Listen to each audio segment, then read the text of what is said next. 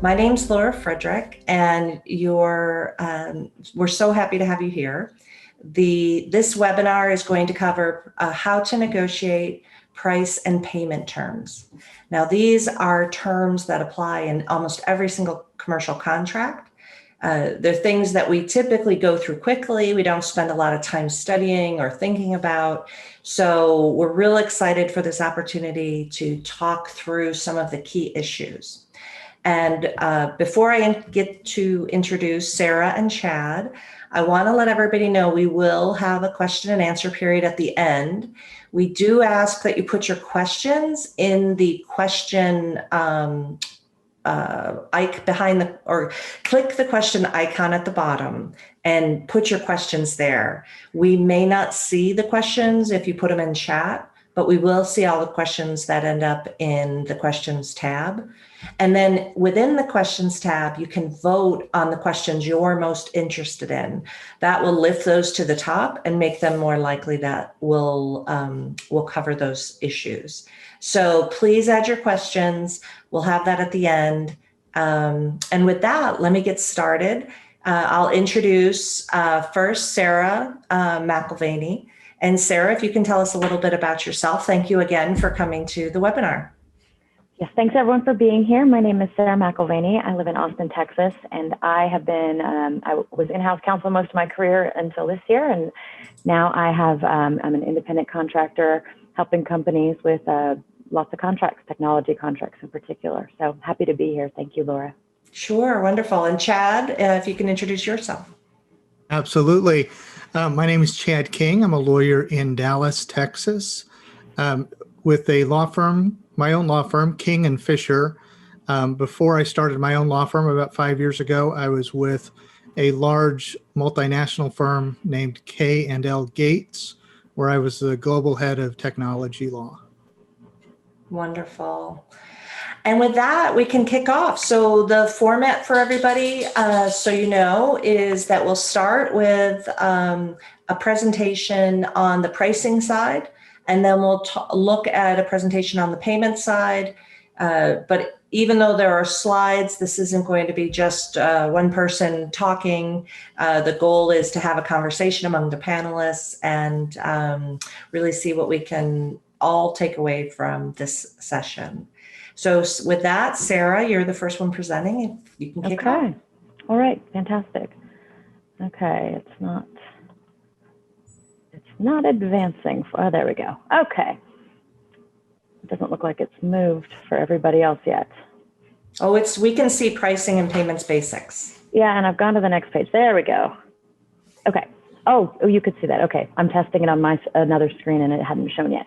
All right. So some really high level things to consider is that when you're talking about pricing and payment terms, you're better off using active, not passive terms. So if it says the vendor shall be paid, but obviously the customer is paying the vendor. But the more active you're describing who's doing what, makes it a lot clearer and you avoid ambiguity.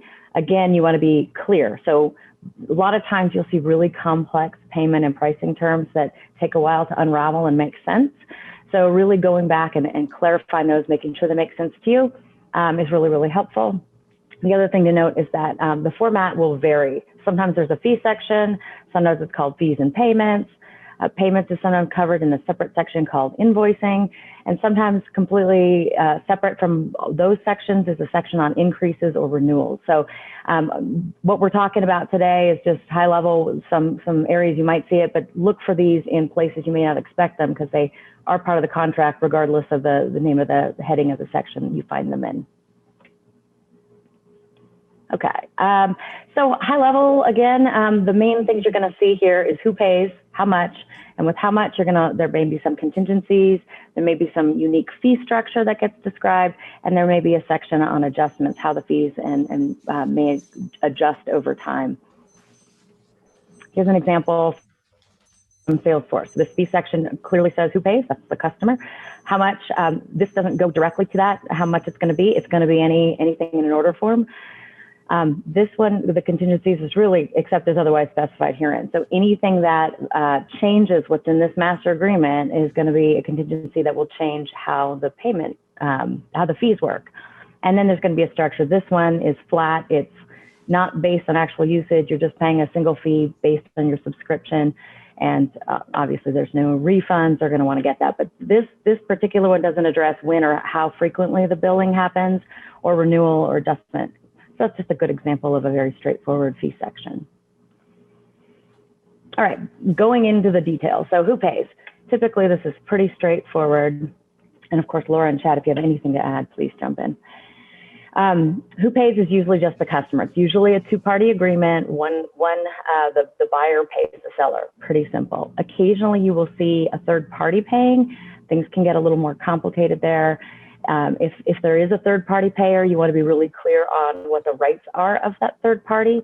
So I've seen this in software where, it might be a small startup that's in a program, and there's a sort of a mentor-mentee program, and the mentor is going to pay on behalf of the mentee. Well, you want to make sure that mentor doesn't get any access to the software. So you really want to talk through, and then what happens if the mentor doesn't pay? You want to make sure that the mentee still has to pay. So usually pretty straightforward, but can get complicated. Yeah, and I was going to add, I've been in situations with large companies where the one affiliate is the one paying for the other affiliates. So each individual company buys their own stuff, and issues their purchase orders, but ultimately the payments are coming from somebody else, or even a purchase order coming from a different entity. So yeah, it's something, if you have those kinds of complexities, you want to make sure your purchase order is matching your base agreement, and that you don't accept purchase orders from random companies that aren't part of your master agreement. Yep, that's a great point, Laura. Thank you. Okay, how much? Obviously, seems pretty straightforward, but like in that Salesforce example, it doesn't say anything about how much. It's just going to refer to something else. So you need to be really clear on what it's referring to. A master agreement is going to have pointing to the order documents, or if it's a one-time transaction, it should all be spelled out very clearly what is owed. And there may be some details like taxes. Taxes are in addition, or taxes are included. What about expenses? So that piece, usually it's one the business folks are going to be really looking at, but as the lawyer reviewing this, you want to make sure that's really clear to your client. And then again, with the contingencies, there may be a subject to language, or except in the case of, or except as otherwise stated in the order form. You want to look for those contingencies to see if there are things that will impact the pricing. Minimums, it may be, you must buy this much, or if you go above this much, your price goes down. So those are things that are going to change the fees. They could change the fees in your agreement. So when we see, and this is for Sarah or Chad, you see in contracts where, subject to the buyer's payment of the fees, seller will do these things. Is that something that you worry about? Do you usually delete it? I see it all the time, and I think it depends on which customer, or who I'm representing, of course, and all that. But what are some factors that you two use for deciding those kinds of contingencies? Sort of like when to accept that subject to performance, someone will pay or someone will not pay. I guess, and what I'm thinking, one of the things I was thinking of was, for example, licensing. And if there's no license, if the license is subject to payment, that can sometimes create a big issue. That's one thing that came to mind. Yeah. Well, go ahead, Ted. I was going to say there's a couple of situations where that does become a big issue. One is licensing, because what they're saying is the license, if it says subject to your payment, you get this license, and you don't make that payment for 30 or 60 or 90 days, but you begin to use that license immediately, then technically you have been using that software for 30 or 60 or 90 days without a license. And so having that subject to language can create this kind of weird situation where you should have a license because they've granted you a license, but technically it has not kicked in yet. Another situation where that happens is when you have development work, software development, or some sort of work for hire situation where they are creating a work for you, and it says subject to your payment for this work, you get ownership. Well, if they're using your information, your proprietary information, your confidential information to create that work, then having that subject to language can be a problem, because they will now be owning your work for a period of time until you make that payment. And at least in theory, if you don't ever make that payment because they do a poor job, or they didn't fulfill the requirements, then you never take ownership of that. But so that subject to language in some cases, particularly licenses and development work, I think is problematic. Yeah. Okay. And I've seen that on the software side. When you're the software vendor, you want to make sure that the license doesn't go through until the customer's paid, so that you can revoke it if they don't pay. So I see what you're saying, Chad, with that awkward period where they may not have paid yet, but I know the software vendor's trying to make sure that they can pull back the license if it's not paid. So I think there's usually a pretty clear agreement if you give the software access up front, even if it's not due yet. But I think that's why I'm usually okay with it, because I understand what they're trying to do there. But it does leave that potential gray area. Yeah. Okay. Structure of fees. So this can really vary based on what it is you're buying. It can be flat, per unit, per seat, time and materials. We'll go through that a little more in detail below. And then price adjustments. This is, I think, one of the most important points in a fees agreement, or the fee section of an agreement, is how fees are adjusted. So typically there's an agreement up front, everyone's happy. What happens in the future? And I think that's where you really want to look at how prices are adjusted. If you have a master agreement that has auto renewal, and this is something that software vendors are famous for, they want to make sure they have the right to adjust those fees. And if you don't address any limitations on those, you spend $1 million on an implementation, everyone gets really happy with the software, and then the next year they raise the fees really high. It's very hard to get out of that. So I think this is a really important one to consider in the fee section. Okay. All right, so here's some common fee structures. With services, they can be broken any number of ways. You can do it by project with a fixed fee. It can be milestone based. It can be time and materials. It can be any mixture of these where it's time and materials with milestones. It can be time and materials not to exceed. So we'll talk a little bit about some of the pitfalls in those, but that's typically what we see for services fees. With product, usually it's straightforward per unit, but it can vary with tiers by volume, where it goes down or goes up if you fall below a certain volume. And then with license fees, we can see a flat fee per user, or a flat fee overall just for the use of the license. There can be a per seat per user, or sometimes there's a royalties based on volume or usage or some other metric. Now I was just going to ask a quick question. Go ahead. So for time and materials, that's something that we often see. I'm always nervous about that, because it's so easy when you hire somebody for time and materials for them to, spend away. And they're not particularly worried about the pocketbook. Are there techniques that you use to kind of keep an eye on that, either Sarah or Chad, when you're thinking about hiring somebody at a time and materials basis? Oh yeah, it's a big one, and I've seen some clients where we spend a lot of time trying to make sure that's really, really clear, because you're absolutely right. Time and materials, if you're just paying the vendor for whatever time they spend and whatever expenses they have, you can run into a lot of trouble where the costs get out of control. So what I've seen is an estimate where they have to let you know when they get into, within 10% of that estimate. Mm-hmm. I've seen it broken down into milestones. So you're looking at sort of where you expect the fees to be per milestone. Now, most vendors are going to say, I can't promise you we can get all this done in this amount of hours, because a lot of this is contingent on your resources also participating, and we don't know what we're going to run into. So you want to understand the vendors where they're coming from, but you also need to make sure you're holding their feet to the fire. I need a good estimate. And if you're giving me an estimate that is just so variable that you can't stand behind it, I need to consider whether you're, just getting me to sign this contract and then you can run away with fees. So a lot of things I've also seen not to exceed. Fixed fee is risky, and I've mentioned some of the details below on this, but Yeah, I mean, that's a really important one, Laura, to bring up and to really consider when negotiating these sections. Anything to add, Chad? I would say the same thing you did. We typically see a not to exceed cap when we're dealing with time and materials if it's a big project, just so that those fees don't get out of control. But it's usually a not to. The problem with a not to exceed is you're basically giving the vendor free rein to go up to that amount, Yeah. and even if their estimate came in lower, so it's a give and take.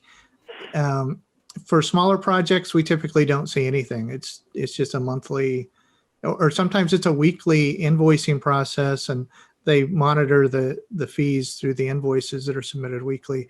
For bigger projects, there's almost always some sort of not to exceed requirement.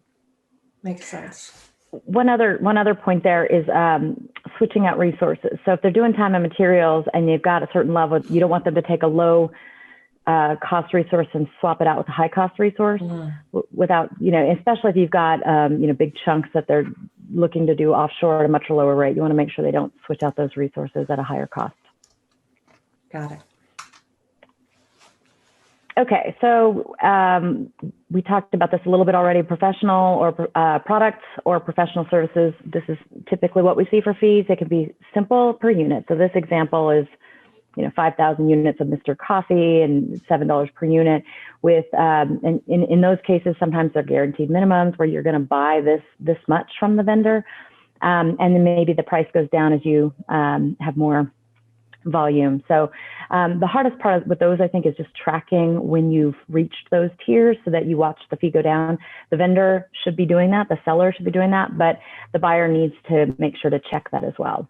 And I've seen that. I actually came across that recently where they wanted to go, they would charge a certain rate, or this is the vendor proposed charging a certain rate, and then retroactively increasing the fee if we didn't meet a certain threshold. But the problem, that doesn't work very well for most companies because of accounting issues and closing the books on the quarter and all of those things. So instead of that approach, we came up with a much more useful charge us at the lower fee on the invoice, and then we'll do an add-on at the end of the quarter if we didn't meet our minimums. So as you're thinking about pricing, it's not just what you're paying, but how the pricing mechanisms work within the corporate structure and within financial accounting. Great, Laura. That's a good addition. Anything to add to that, Chad? No, I think you guys covered it. Okay. We talked a little bit already about time and materials. A lot of times, another way to deal with this, Laura, is sort of identifying that scope. We talked about that, sort of different ways you can corral it and make sure you're limiting how they're spending this time and materials. But the very simple one we've seen is the parties agree on scope, the buyer pays for the hours incurred. But the other thing you want to make sure you're clear on is what are the rates. So if they say it's time and materials and the total amount's going to be $200,000, you want to be clear on what those rates are for each by resource or sort of range of resource, title of resource. Mm-hmm. And you want to be clear how often and when they can change those fees.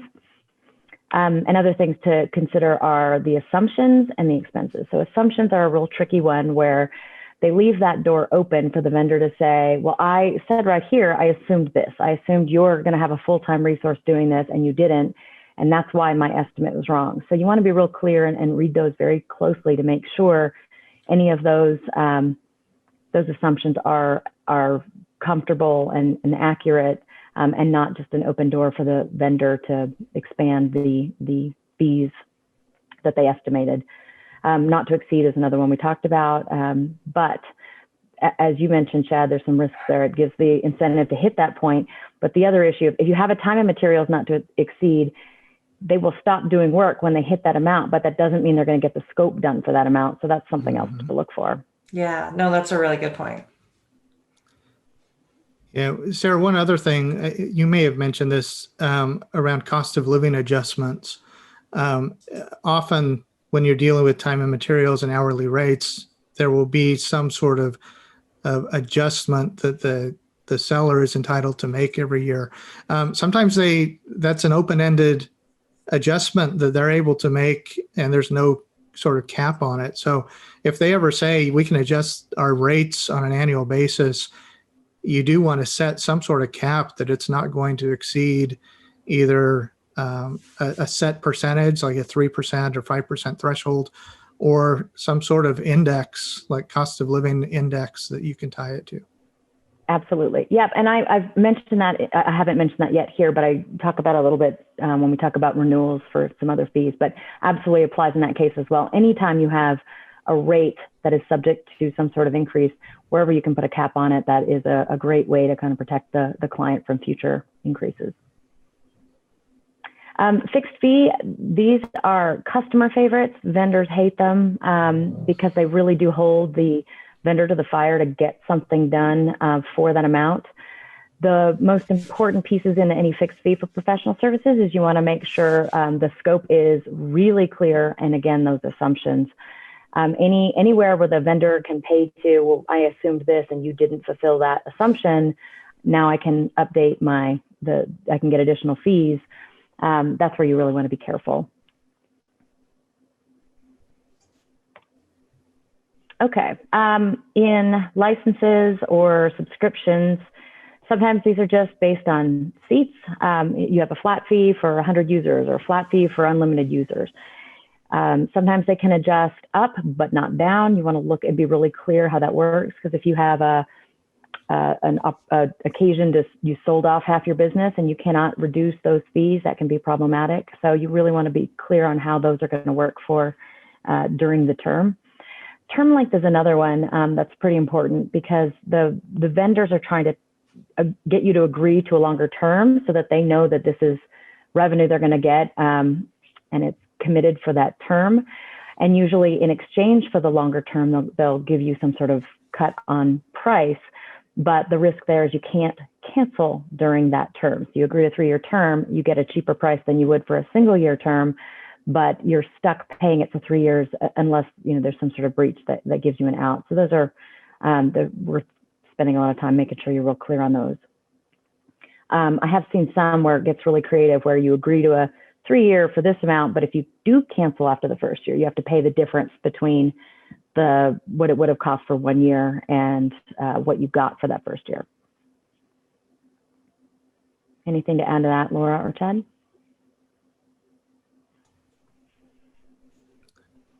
Sorry, you raised an interesting issue. We probably won't get into it today, but the concept of a termination fee, it comes into these often when you're dealing with software, you're dealing with software as a service. If you want to terminate early, it's not unusual for the vendor to impose some sort of termination fee. And there's a lot of factors that go into that on how that's calculated, but it's usually tied somewhat to the actual fees. Absolutely. And that's a great point. And if you're the customer, you may be okay with that, but you really want to understand what those are, because you're, at the beginning of the deal, everyone's happy and looking forward to this 3-year deal, but year one, you may not be so happy, and you got to look at what's it going to cost you to get out of that contract. And that's something you really got to think about up front. All right. So these fees can also be based on royalties or based on volume. But what you need to look for is, what is that basis for the fee? So the example I put in here is like DocuSign. They have multiple pricing structures, but one of them is the number of envelopes. So you pay for 1,000 envelopes a year, 100,000 envelopes a year, or it could be you pay per transaction, flat fee plus per transaction, a percentage of your transaction, depending on how you're doing business with this vendor. If you're using it for transactions, they may take a percentage of that transaction. That may be the only fee you pay. So when they're volume dependent, or they're royalties, or there's something other than clearly flat, you need to be looking at the basis for that fee and make sure it's clear to the parties what that is, and again, how it changes.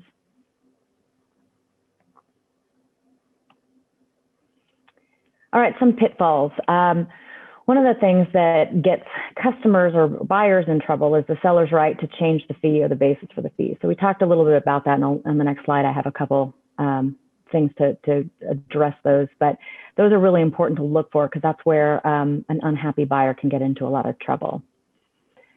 Again, the ambiguity in any of the elements around fees and pricing, anything that isn't clear to you, you should really make sure you get it clear in the agreement. Because if it's not clear to you reading this, even if your business guy's happy, it may be a problem if there's a dispute in the future.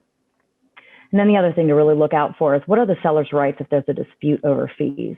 If you've got a SaaS product that you rely on to run your business and the vendor has the right to suspend your use of that service, that's a problem. So I've seen if you're using business critical software, for example, something in there that says you can't suspend the service for a payment dispute. We can work that out, but you can't suspend us. And I get why the vendors say, well, wait a minute, if you're not paying me, I need to be able to stop providing the service. So it's one you have to look at really carefully with how the product or the service, what it means to your business, and how some sort of right to get you to stop using it would impact your business. Great.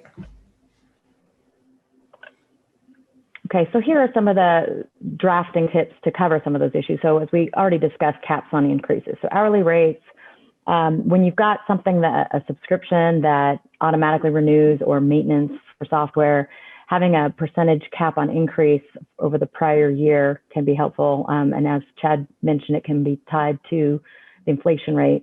But making sure those are clear and you want them as low as possible. The vendor wants them as high as possible, but having a cap in there overall is helpful to you as the customer.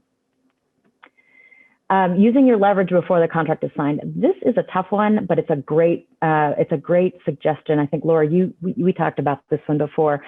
It's easy to pass this off and say, you know what, we're not gonna talk about future fees. That's down the road. We'll figure that out later. But once you sign the contract, you have no more leverage, and the vendor's not going to talk to you or give you any deals. So if you can, wherever possible, negotiate those rates for future services, add-on services that you decide you're not going to do right now, but you want to know what the pricing is. Where you can do that before signature, it's really helpful. If there are additional expenses, like in the time and materials or any of the professional services, you can require approval for any expenses to be reimbursed, so that you don't have to reimburse them unless you've approved them. That's helpful to have in there. And then I mentioned a little earlier, renewal. This is one to look for carefully. It may be automatic. If that's okay with you, great. If it is automatic, you want to know and have your somebody monitoring what the notice period is if you don't want it to auto-renew. So for example, it may be you have to give them notice 90 days before the end of your year or the 3-year term or whatever. But if you are going to allow for auto renewal, someone needs to be tracking that because it will renew and now you're stuck in another term. The other question is, what is the renewal? Is it, if you sign for a 3-year term to begin with, does it automatically renew for 1 year or 3 years? You need to make sure the business team is real clear on that. And then what is the pricing on that renewal? So those are things to really look carefully for if you are looking at something that renews. You have anything to add to that, Chad or Laura? Sarah, the one thing on renewals, I'm surprised at how many companies get caught off guard when a contract is renewing, because often there's a provision in the contract that says that if a party intends to not renew, they have to notify the other party within 90 days or 60 days of the termination, the end of the term, in order for that to terminate.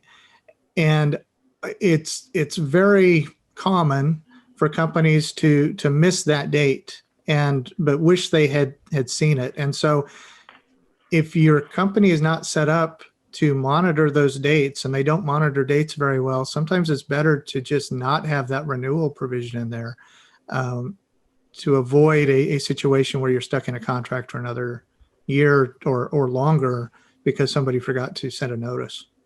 Yeah, absolutely. Yep. And that's a great point. Yep. And that's, the vendors don't like that because it does take away from their ability to just keep it going.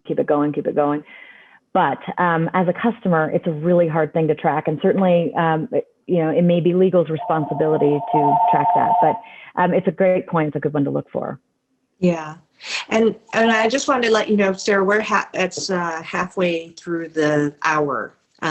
So if just in terms of keeping on pace to get to the next material. I've got one. I think this is my last slide. This was just a sample on if you're looking at a pricing section and how you might want to redline it. This one was pretty simple, so it wasn't that bad. But sort of went through the main elements: who pays, how much. There's the adjustment right here. Yeah, they have to give you 90 days notice in this one.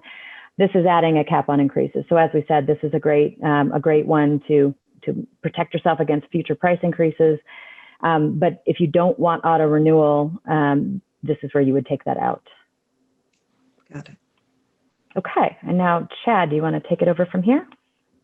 I will. Let me share my screen here.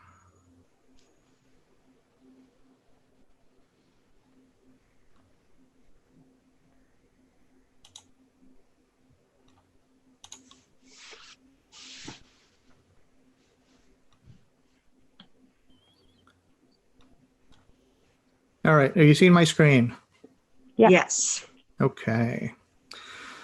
So payment terms, show me the money. Let's see what we've got here. So as Sarah mentioned, pricing terms and payment terms kind of go together. You're not going to typically see them separate, although you may negotiate them separately because they do have some different factors that go into each of them.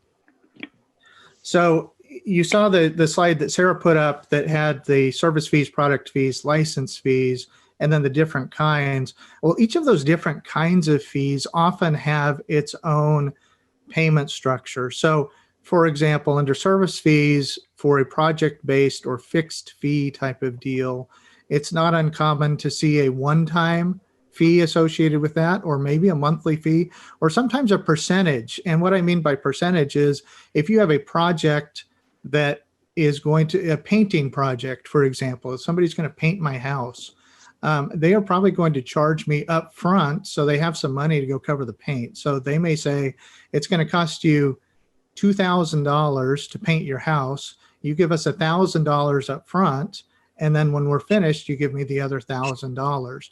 And that way they can use that first $1,000 to go buy the paint and get all the supplies they need. And once they finish the project, we pay the second $1,000. Under milestones, often it's per milestone. Occasionally you'll see a percentage payment. And again, as Sarah had mentioned, you'll see lots of variations on all of these. So these are some of the more common ones you'll see, but you might see mixtures and creative ways of handling each of these. Time and materials payment structures, typically either weekly or biweekly or monthly. Occasionally you'll see longer, but it's rare to see something longer than monthly on a time and materials. For product fees, it's usually per order or it's a percentage. Again, you might pay 50% upfront and then 50% upon acceptance of the shipment. License fees, again, one time, monthly or annually are probably the most common. When I say one time, there are some licenses you can pay just one flat fee, you're done, you never pay again. For per seat, per user, it's typically either monthly or annually.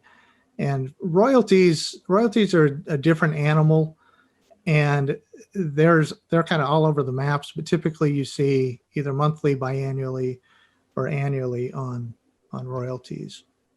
So when you're looking at invoicing and payment, there's 8 questions you want to make sure are answered in the language.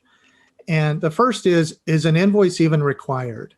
You go sign up for an online service, and often they don't send you an invoice. All you do is you enter your information, you enter your credit card, and boom, they send you a receipt, but they don't send you an invoice.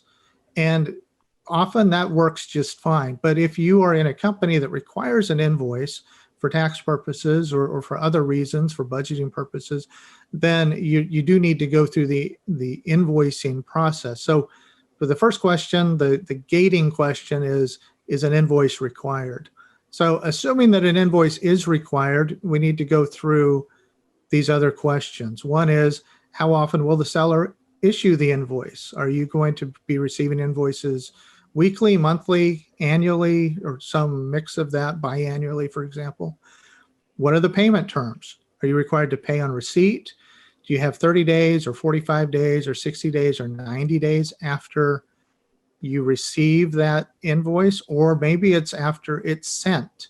So you need to look at the language closely to see if it's 30 days after the date of the invoice, which is the date that's on the invoice, or 30 days after you receive the invoice. And those dates can often be different.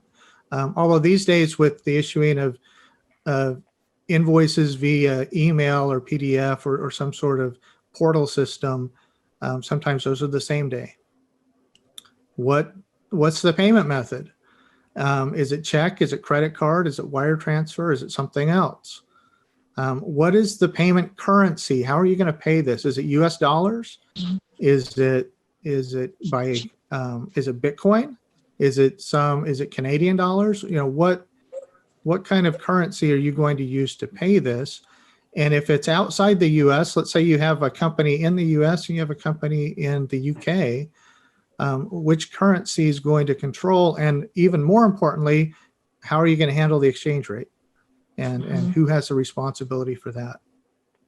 So what happens if a payment is late? Does a late fee apply? Does interest apply? If so, how much? And when does it start? Is it on the first day after the due date that you've missed, or do you get a grace period? And do you get 10 days to cure your non-payment? And if you don't make that payment within 10 days, is that when the interest starts? So that's a question about interest. What if there's a dispute? How is that dispute handled? Can the buyer withhold the disputed amount? Can they hold the entire amount of the invoice, even if only a portion of that invoice is disputed? What happens to those disputed funds? Does the buyer get to hold those disputed funds, or do they have to go into escrow? And then what is the resolution process? And often a contract will have some sort of dispute resolution process, but even if it doesn't, there should be a dispute resolution process for payment disputes. And then finally, how are taxes handled?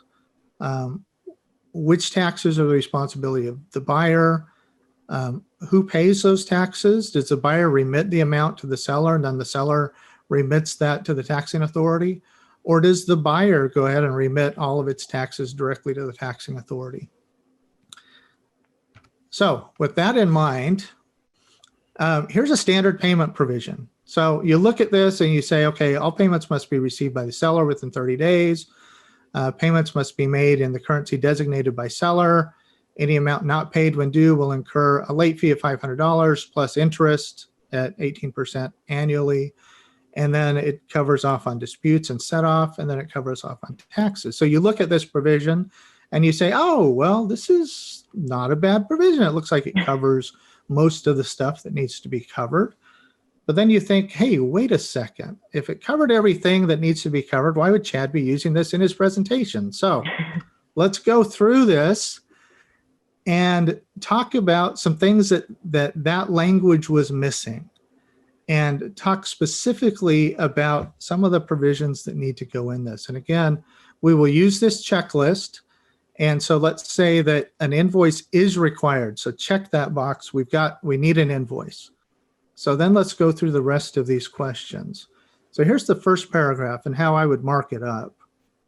So first of all, we need to cover off that the seller will issue invoices. So that's affirmatively stated. And those invoices are going to be monthly. And then they're going to email those invoices in PDF format to a specific email address. And that email is going to come in no later than the 5th day of each month. And so right there, we've covered off on, we know they're issuing an invoice. We know how frequently they're issuing an invoice. We know how they're going to issue that invoice, and we know where that invoice is going. Then we say customer will pay the undisputed portion of each invoice. Again, and this is drafted from a customer perspective. I need to put that out there. If I was a seller, I would probably be less friendly to my customer. This is a customer provision. And so I want to say, as the customer, I'll pay the undisputed portion of the invoice. Because if I've got a dispute with my seller, I don't want to be on the hook to pay the invoice. I'll pay the undisputed portion, but I'm not going to pay the whole thing. So I'm going to pay that within 30 days after I received the invoice.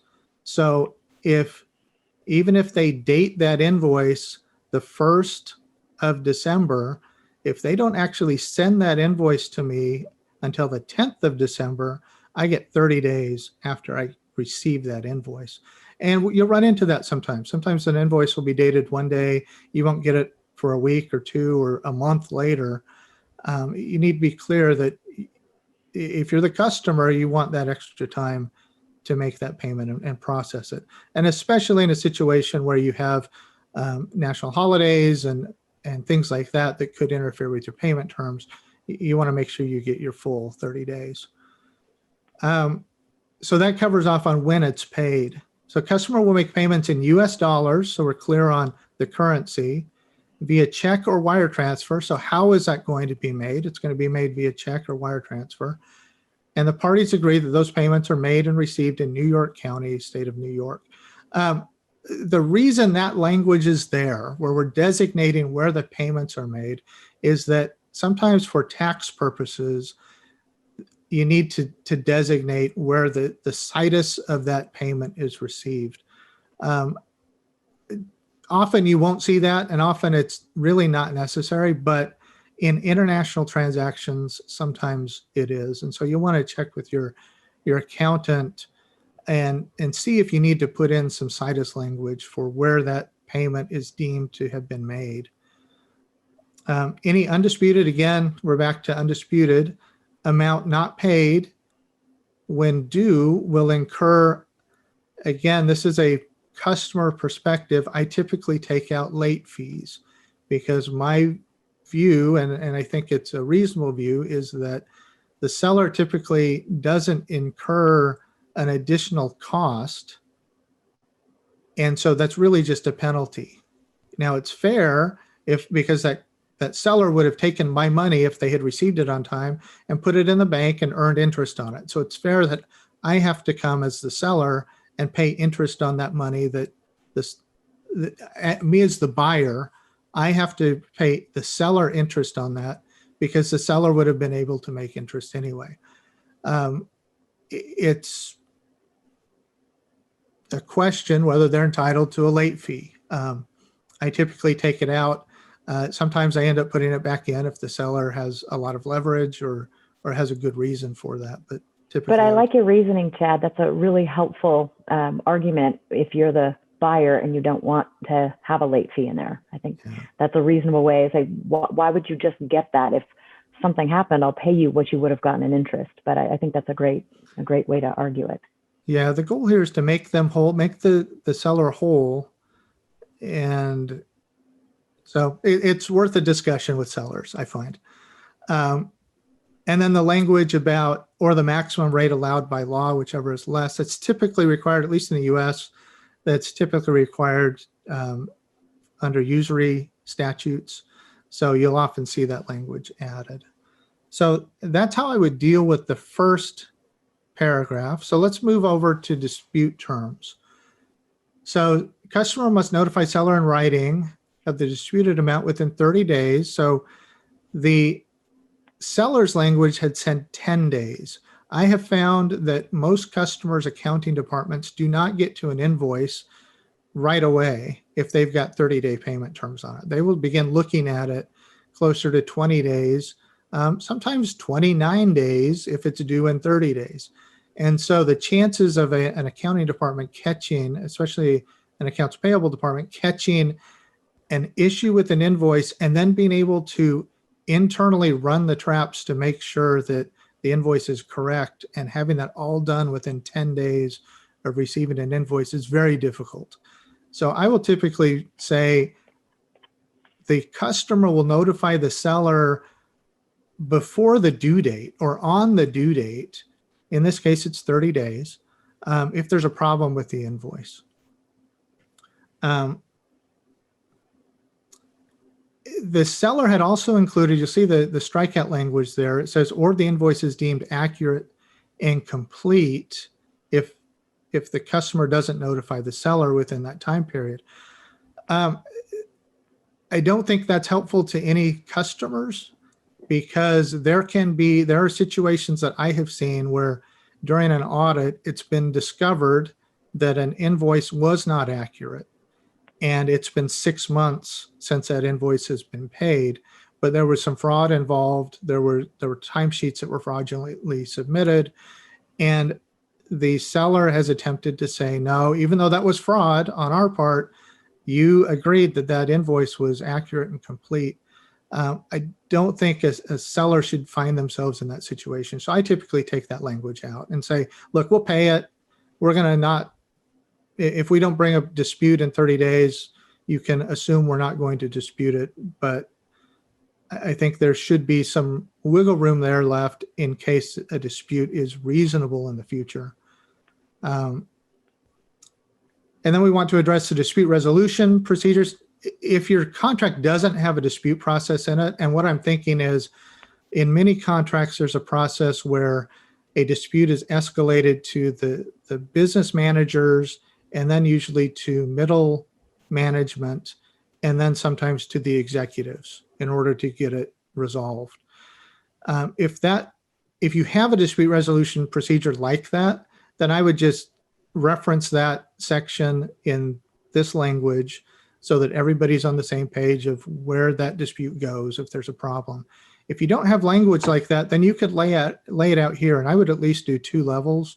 I would say that it goes to the business sponsor, or somebody that's associated with the project, and then it could go to a VP or an SVP, or however high you want it to go for the next level, so that the business parties can resolve the dispute. If it can't be resolved through that, then it can always go into litigation if it needs to, but the goal typically is to avoid that. And then you have to deal with what happens to that money while it's sitting around.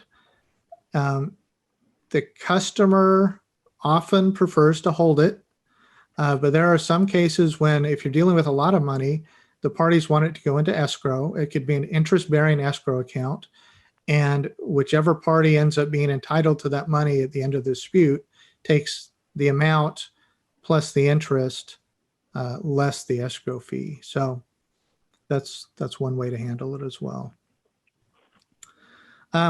Finally, the end of this, it talks about set off, and let's talk. So the language says, customer may set off any undisputed amount owing by seller against payments due under this agreement by providing written notice to seller, and then seller shall credit such set off as a payment against the amounts that customer owes to seller. In the original language, it said that customer may not set off amounts, and customers typically like to be able to set off amounts. So let's talk about set off for just a minute. So here's a broken chairs and set offs. The example here is if I pay a janitorial firm $1,000 a month to come and clean my office, and during one of those months, one of the janitorial staff stands on my office chair to reach a ceiling fan or reach the top of a window or something, and in the process of standing on my office chair, they break my office chair. So I pay the janitorial firm $1,000 a month. They have just broken my $200 office chair. A right of set off would allow me to deduct my $200 that I'm going to have to go pay for a new office chair from the $1,000 that I pay to the janitorial firm. So I would essentially pay them at the end of the month, I would pay them $800 instead of $1,000. And then I would take that $200 that I didn't pay them and go buy a new office chair with it. So that's the right of set off. For various reasons, that's a great thing for customers because they can say, hey, look, you caused a problem here. We both agree that you caused that problem, and we both agree that a new office chair is going to cost me $200. So I'm just going to deduct that $200 from what I pay you. Sellers typically don't like that because it does give some leverage to the customers, and the customers can start to withhold money. And so that's why you'll see in this language, not trying to be super aggressive here against the seller, but do want to give the customer a right of set off but we still say it has to be an undisputed amount, and that set off can only occur by providing written notice to seller. So the seller is involved in this process too, but this gives you a way to have a right of set off without giving all the all the power to the customer. And that's great. And hey, Chad, we got about 10 minutes left. Okay. So maybe cover the final slides and then we'll get to Q&A. All right, I will do this quickly. Taxes are pretty easy. You do want to specify which taxes the customer will pay. And then you typically do want to make sure the seller is invoicing those taxes, because that way your accounting department can keep track of what taxes have been paid and where those were paid to. Three other things we won't really cover, but I'll flag them as issues. Is the payment assignable? Many sellers or vendors like to be able to assign their payments to a third party, especially a creditor. There are some issues that come up with that though, because now if you're paying a creditor, they're going to want their money, and they're not going to really be interested in listening to whether you have a dispute over that or not. So there can be issues when you start making payments to third parties. Payment contingencies. Are there things that need to occur before that payment happens? Has the seller delivered? Has the seller met the milestones? Has the buyer given all the necessary approvals to trigger that payment? And then finally, the collections process. What happens if the buyer doesn't make a payment? Does the seller have the right to go retain a lawyer or a collection agency and have the buyer pay for that? It is typical, at least in U.S. contracts, for the seller to be able to go hire a third party to collect, and then the buyer has to pay those collection costs. So that's, you'll often see that. Cool. All right. Okay, well, let's, and thanks so much to Sarah and Chad for that awesome information. And what I'm going to do now is go through some of the Q&A. We're going to focus on questions that we can answer in this time frame. I know there's one, one of the questions that was from Calvin was about blockchain, but I think that might be a bigger question than we can do now. There was a question about the handout, the slides, which will be available as a handout, and they'll be sent out later by Lonesider. So let me ask you about most favored nation terms. That was one of the first questions. And if you can, maybe just one of you talk to it for a minute or two, and then, so the specific question is just any tips for how you deal with clients asking for most favored nation terms or most favored terms? And maybe explain quickly what it is. I don't know, Sarah, if you want to cover that quickly, and that'd be great. That's the seller committing that they're giving a customer the best pricing that they give all their customers. When I'm the seller, when I'm representing the seller, I absolutely say no. I get why a customer would want it, but the argument I would make is they're impossible to really track. There's so many moving pieces, and knowing which ones you've committed to and being able to not breach your contracts, it's just not something that most companies are willing to sign up for, because it is difficult to track and easy to breach. And then even what would it look like if there were a dispute? How would they know if they got, they would be talking pricing, which may be violating confidentiality if two customers are talking about the pricing they got from the same vendor. So it's just not a road I would go down when I get asked for it. And I know as a customer, you'd like to ask for it, but it's just a really difficult one. I don't know if you have anything to add to that, Chad. I agree with you 100%. I think it's challenging, but customers do ask for it. So if you are in a seller's seat and you're getting asked for this, and you have to give it. I mean, there are some customers that will walk away from the deal if they don't get it. I would be very, very specific and narrow in that scope of what similar deals you're comparing your pricing to. And the more narrow and the more specific you can be, the less likely it is you'll hit that. But you still have to deal with confidentiality issues that Sarah mentioned. Right. So one question, and we've talked about it a bit, but I know this is always a challenging one, which is if a supplier is considered in default if they stop performing after the customer doesn't pay. And can you speak to how you know if the supplier's in default or not in default if they suspend after a client fails to pay?